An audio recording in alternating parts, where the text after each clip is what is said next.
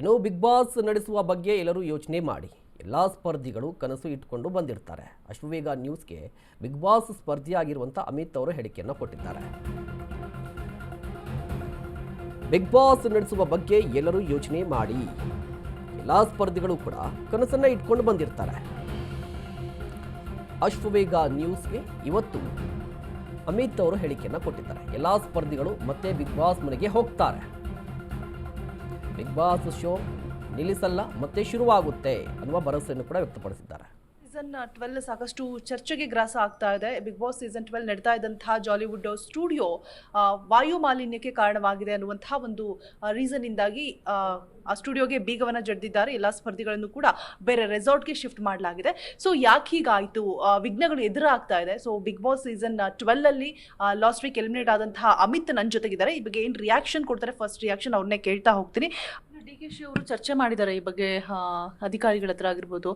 So ಅಂದರೆ ಭರವಸೆ ಕೊಟ್ಟಿದ್ದಾರೆ, ಒಂದು 10 ಡೇಸ್ ಸಮಯಾವಕಾಶವನ್ನು ಕೊಟ್ಬಿಟ್ಟು ಆ್ಯಂಡ್ ಜಾಲಿವುಡ್ನವರು ಕೂಡ ಕ್ಷಮೆ ಯಾಚಿಸಿ, ಅಂದರೆ ಎಲ್ಲಿ ತಪ್ಪಾಗಿದೆ ನಾವು ಅದನ್ನು ಕರೆಕ್ಷನ್ ಮಾಡ್ಕೊಳ್ತೀವಿ ಅಂತ ಹೇಳ್ಬಿಟ್ಟು. ಸೊ ಇನ್ನು 10 ಡೇಸ್ ಒಳಗಡೆ ಅಂದರೆ ತಾತ್ಕಾಲಿಕವಾಗಿ ಬ್ರೇಕ್ ತಗೊಂಡು ಮತ್ತೆ ಒಳಗೆ ಹೋಗುವಂತಹ ಸಾಧ್ಯತೆಗಳಿದೆ ಅಂತ ಒಂದು ಕಡೆ ಹೇಳಲಾಗ್ತಾ ಇದೆ. ಸೊ ನಿಮಗೆ ಏನು ಅನ್ಸುತ್ತೆ? 100% ಒಳಗೆ ಹೋಗುವಂಥ ಸಾಧ್ಯತೆ ಇದೆ. ಒಳಗೆ ಹೋಗೇ ಹೋಗ್ತಾರೆ. ಶೋ ಮಸ್ಟ್ ಗೋ ಆನ್ ಅಂತ ಹೇಳ್ತಾರಲ್ವ, ಶೋ ನಡೆಯುತ್ತೆ, ನಿಲ್ಸಲ್ಲ. ನಮ್ಮ ಜನ ಬಿಡ್ತಾರೆ. 100% ಶೋ ನಡೆಯುತ್ತೆ. ಯಾರೇ ಇದ್ರೂ, ಯಾವುದೇ ರಾಜಕಾರಣಿ, ಯಾವುದೇ ಪಾರ್ಟಿಯಲ್ಲಿದ್ರೂ ದಯವಿಟ್ಟು ಒಂದೇ ಒಂದು ವಿಷಯದ ಬಗ್ಗೆ ಯೋಚನೆ ಮಾಡಿ. ಈ ಟೈಮಲ್ಲಿ ಪೊಲಿಟಿಕ್ಸ್ ಮಾಡೋದು ಬಿಟ್ಟು ದಯವಿಟ್ಟು ಆ ಶೋ ಹೆಂಗೆ ನಡೆಸ್ಕೊಡ್ಬೇಕು, ಶೋ ಹೆಂಗೆ ಕಂಟಿನ್ಯೂ ಮಾಡೋದು ಅಂತ ಯೋಚನೆ ಮಾಡಿ. ಆಮೇಲೆ ನೀವು ಮಾಡ್ಕೊಳ್ಳಿ. ನಿಮ್ಮ ಒಪಿನಿಯನ್ ಎಲ್ಲ ಓಡುತ್ತೆ, ಜನ ನೋಡ್ತಾರೆ, ಕೇಳಿಸ್ಕೊತಾರೆ, ಖುಷಿ ಪಡ್ತಾರೆ. ಜಗಳ ಆಗುತ್ತೆ, ಏನೇ ಮಾಡಂಗಿದ್ರು ಕಾಂಟ್ರವರ್ಸಿ ಮಾಡಿ, ಬಟ್ ದಯವಿಟ್ಟು ಅವ್ರನ್ನೆಲ್ಲ ವಾಪಸ್ ಒಳಗೆ ಕಳಿಸಿ. ಆ ಕಂಟೆಸ್ಟೆಂಟ್ಸ್ಗೆ ತುಂಬ ಮೋಸ ಆಗ್ತಾ ಇದೆ ಪಾಪ. ಅವ್ರಿಗೆಲ್ಲ ಆಟ ಆಡಬೇಕು ಅಂತ ಒಬ್ಬೊಬ್ಬರು ಒಂದೊಂದು ಕನ್ಸು ಹಿಡ್ಕೊಂಡು ಬಂದಿರ್ತಾರೆ. ಎಲ್ಲೆಲ್ಲೋ ಬೇರೆ ಬೇರೆ ಊರಿಂದ, ಉತ್ತರ ಕರ್ನಾಟಕದಿಂದ, ದಕ್ಷಿಣ ಕರ್ನಾಟಕದಿಂದ, ಬೇರೆ ಬೇರೆ ಜಾಗಗಳಿಂದ ಬಂದಿರ್ತಾರೆ ಅವರು. ನಾನೇನೋ ಮಾಡಬೇಕು, ಸಾಧಿಸಬೇಕು ಅಂತ. ಸಡನ್ನಾಗಿ ಹಿಂಗೆ ಮಾಡಿದಾಗ ಅದು ಕುಗ್ಗೋಗ್ಬಿಡುತ್ತೆ ಮನಸ್ಸು. ಸೊ ದಯವಿಟ್ಟು ಅದು ಮಾಡೋಕ್ಕೆ ಹೋಗಬೇಡಿ. ಒಂದೇ ಒಂದು ಅವಕಾಶ ಕೊಡಿ. ಅರ್ಥ ಆಗುತ್ತೆ ಅದು ಸರ್ಕಾರ ಯಾವ ಕ್ರಮ ಕೈಗೊಳ್ಳಬೇಕಾಗಿತ್ತು ಅದೆಲ್ಲ ಮಾಡಿದ್ರು ಸರಿ, ಬಟ್ ಅದನ್ನು ಅತಿ ಶೀಘ್ರದಲ್ಲಿ ಆದಷ್ಟು ಬೇಗ ಮುಗಿಸ್ಬಿಟ್ಟು ಒಳಗೆ ಕರ್ಕೊಂಡು ಹೋದರೆ ಮಚ್ ಬೆಟರ್ ಅನಿಸುತ್ತೆ. ಇಲ್ಲಾಂದರೆ ತುಂಬ ಕಷ್ಟ ಆಗಿಬಿಡುತ್ತೆ. ಈಗಾಗಲೇ ಆ ಶೋ ಮೇಲೆ ತುಂಬ ಕಮೆಂಟ್ಗಳು ಬರ್ತಾ ಇದೆ. ಶೋ ಈ ಥರ ಇದೆ, ಆ ಥರ ಇದೆ, ಜಗಳ ಆಡ್ತಾ ಇದ್ದಾರೆ, ಬೋರಿಂಗ್ ಇದೆ, ಎಲ್ಲ ಥರದ ಮೆಂಟ್ಸ್ ಬರ್ತಾ ಇದೆ.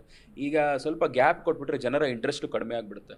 ಅದು ಹೋಗಬಾರ್ದು. ಅದು ಹೋದರೆ ಇನ್ನೂ ಪ್ರಾಬ್ಲಮ್ ಆಗಿಬಿಡುತ್ತೆ. ಸೊ ಇರಲಿ, ಜನ ನೋಡಬೇಕು ಬಿಗ್ ಬಾಸು. ಎಲ್ಲರೂ ವಾಪಸ್ ಬಂದೇ ಬರ್ತಾರೆ. 100% ಬರ್ತಾರೆ ಮ್ಯಾಮ್. ಓಕೆ ಅಮಿತ್, ನೀವು ಹೇಳ್ತಿದ್ದೀರಿ ಶೋ ನಡಿಬೇಕು, ಅವ್ರಿಗೆಲ್ಲ ಮೋಸ ಆಗುತ್ತೆ, ಒಳಗೆ ಹೋಗಬೇಕು, ಜನಗಳು ಪ್ರತಿಭಟಿಸ್ಬೋದು, ಇದರಿಂದಾಗಿ ಸಾಕಷ್ಟು ಜನಕ್ಕೆ ಎಂಟರ್ಟೈನ್ಮೆಂಟ್ ಕೊಡ್ತಾ ಇದ್ದು ಅಂತ. ಓಕೆ, ಐ ಅಗ್ರಿ, ಇದನ್ನೆಲ್ಲ ಒಪ್ಕೋತೀನಿ. ಆದರೆ ವಾಯು ಮಾಲಿನ್ಯ ಅನ್ನುವಂಥದ್ದು, ಎನ್ವಿರಾನ್ಮೆಂಟಲ್ ಪೊಲ್ಯೂಷನ್ ಅಂತಕ್ಕಂಥದ್ದು, ಅಲ್ಲಿ ಮಕ್ಕಳೆಲ್ಲ ಬರ್ತಾರೆ ಆಟ ಆಡಲಿಕ್ಕೆ ಜಾಲಿವುಡ್ನಲ್ಲಿ. ಆ್ಯಂಡ್ ಅತ್ಯದ್ಭುತವಾದ ಎನ್ವಿರಾನ್ಮೆಂಟ್ ಅದು ಪೊಲ್ಯೂಟ್ ಆಗ್ತಾ ಇದೆ ಅಂತ ಅಂದರೆ ಅಲ್ಲಿದ್ದಂತಹ ಸುತ್ತಮುತ್ತ ಜನರಿಗೆಲ್ಲ ಆರೋಗ್ಯ ಸಮಸ್ಯೆಗಳು ಎಷ್ಟಾಗ್ಬೋದು. ಅದು ಬೆಂಗಳೂರಲ್ಲಿ ಪ್ರವಾಸಿಗರಾಗಿರ್ಬೋದು, ಆ ಥರ ಒಂದು ಎಂಟರ್ಟೈನ್ಮೆಂಟ್ ಕೊಡುವಂತಹ ಜಾಗಕ್ಕಾಗಿರ್ಬೋದು, ಸಾಕಷ್ಟು ಜನ ಹೋಗ್ತಿರ್ತಾರೆ. ಅದರಲ್ಲೂ ಮಕ್ಕಳು ಜಾಸ್ತಿ ಹೋಗುವಂತಹ ಪ್ಲೇಸ್ ಅದು. ಸೊ ಇಲ್ಲಿ ನಾವು ಈ ಒಂದು ಬಿಗ್ ಬಾಸ್ ಶೋಗೆ ಪ್ರಾಮುಖ್ಯತೆಯನ್ನು ಕೊಡಬೇಕಾ, ಅಥವಾ ಜನರು, ಸಾರ್ವಜನಿಕರು ಮಕ್ಕಳ ಆರೋಗ್ಯದ ಮೇಲೆ ಗಮನ ಹರಿಸಬೇಕಾ? ಶೋ ಮುಖ್ಯ ಆಗತ್ತಾ, ಸಾರ್ವಜನಿಕರ ಆರೋಗ್ಯ ಮುಖ್ಯ ಆಗತ್ತಾ? ನೀವು ಒಳಗೆ ಹೋಗ್ಬೇಕು ಅಂತ ಹೇಳ್ತಿದ್ದೀರಾ, ಬಟ್ ಆರೋಗ್ಯ ಕೂಡ ಇಂಪಾರ್ಟೆಂಟ್ ಅಲ್ವಾ?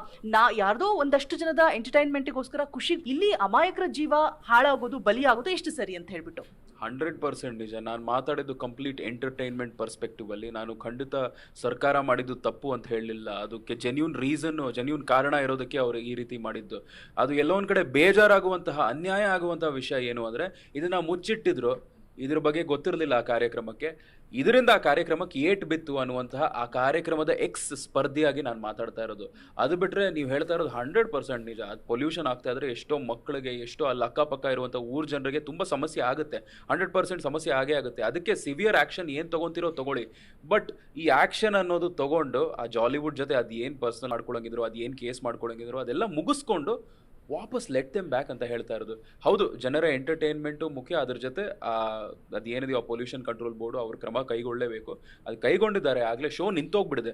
ನಾನು ಕೇಳ್ಕೊತಾ ಇರೋದು ಏನು ಅಂದರೆ, ಆದರೆ ಸ್ವಲ್ಪ ಬೇಗ ಬಿಟ್ಕೊಡ್ರಪ್ಪ ಅಂತ ಕೇಳ್ಕೊತಾ ಇರೋದು ಅಷ್ಟೇ. ಎರಡೂ ಇಂಪಾರ್ಟೆಂಟೇ ಅಂತ.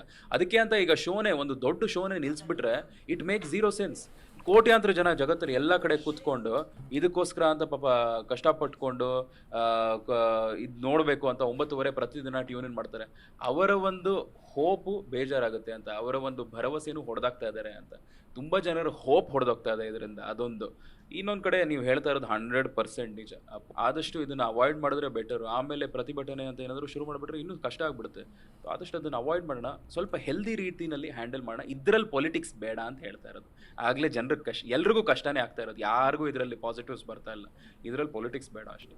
ಬಿಗ್ ಬಾಸ್ ವಾಪಸ್ ಬರುತ್ತೆ ಅಂತ ಹೇಳ್ತಿದ್ದೀರಾ, ಅಂದ್ರೆ ಪೂರ್ತಿಯಾಗಿ ಶೋನ ಹೊಸದಾಗಿ ಆರಂಭ ಮಾಡಿದ್ರೆ in case? I mostly don't think ಅವ್ರು ನನ್ನ ವಾಪಸ್ ಕರೆಯಲ್ಲ ಅನ್ಸುತ್ತೆ. ಬಟ್ ಅಕಸ್ಮಾತ್ ಕರೆದ್ರೂ ಸಿಕ್ಕಾಬಡೆ ಮಜಾ ಇರುತ್ತೆ. ಹೋಗ್ಬಿಟ್ಟು 100% ಎಲ್ಲಿ ಸ್ಟ್ಯಾಂಡ್ ತೊಗೋಬೇಕು ಅಲ್ಲಿ ಸ್ಟ್ಯಾಂಡ್ ತೊಗೊತೀನಿ, ಎಲ್ಲಿ ಯಾವ್ದ್ರ ಬಗ್ಗೆ ಮಾತಾಡಬೇಕು ಅದ್ರ ಬಗ್ಗೆ ಮಾತಾಡ್ತೀನಿ. ಅಂದರೆ ತುಂಬ ಸೆನ್ಸಿಬಲ್ ಆಗಿ ಆಟಾಡ್ಬಿಟ್ಟೆ. ತುಂಬ ಜನ ಅದೇ ಹೇಳ್ತಿದ್ದಾರೆ, ನೀವು ತುಂಬ ಜೆನ್ಯೂನು ಮೆಚ್ಯೂರ್ ಆಗೆಲ್ಲ ಆಡ್ತೀರಾ, ಅದೆಲ್ಲ ನಿಮಗೆ ಆಗಲ್ಲ ಆ ಪ್ಲಾಟ್ಫಾರ್ಮ್ ಅಂತೆಲ್ಲ ಹೇಳಿದ್ರು. ಮೇ ಬಿ ನಾನು ಎಲ್ಲಿ ಕೊಡಬೇಕು, ಎಲ್ಲಿ ವಾಯ್ಸ್ ರೇಸ್ ಮಾಡಬೇಕು ಆ ಜಾಗದಲ್ಲಿ ವಾಯ್ಸ್ ರೇಸ್ ಮಾಡ್ತೀನಿ ಅಂತ ಹೇಳ್ತಾ ಇರೋದು. ಇದು ನನ್ನಲ್ಲಿರುವಂಥ ಒಂದು ಗುಣ. ಒಂದು ವಾರದಲ್ಲೇ ಆ ಗುಣಗಳೆಲ್ಲ ಆಚೆ ಬಂದ್ಬಿಡಲ್ಲ. ಬಟ್ ಈಗ ಸ್ವಲ್ಪ ಪ್ರೋಸೆಸ್ ಮಾಡ್ಕೊಳ್ಳೋಕೆ ಟೈಮ್ ಸಿಕ್ಕಿದೆ ನನಗೂ ಕೂಡ. ಸೊ ವೈಲ್ಡ್ ಕಾರ್ಡ್ ಎಂಟ್ರಿ ಅಂತ ಹೋದರೆ ಇನ್ನೂ ಸ್ವಲ್ಪ ವೈಲ್ಡ್ ಆಗಿರುತ್ತೆ ಅಂತ ಹೇಳ್ತಿದ್ದೀನಿ ಅಷ್ಟೇ.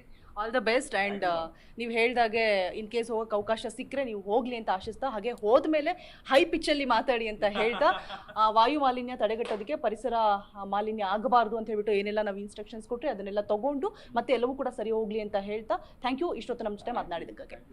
ಸೊ ಇದಿಷ್ಟು ಅಮಿತ್ ಅವರ ಮಾತಾಗಿತ್ತು ಅಂತ ಹೇಳ್ತಾ ಕ್ಯಾಮ್ರಾ ಪರ್ಸನ್ ಮನೋಜ್ ಜೊತೆ ರೋಜಾ ಮನು ಪಾಟೀಲ್, ಅಶ್ವವೇಗ ನ್ಯೂಸ್, ಬೆಂಗಳೂರು.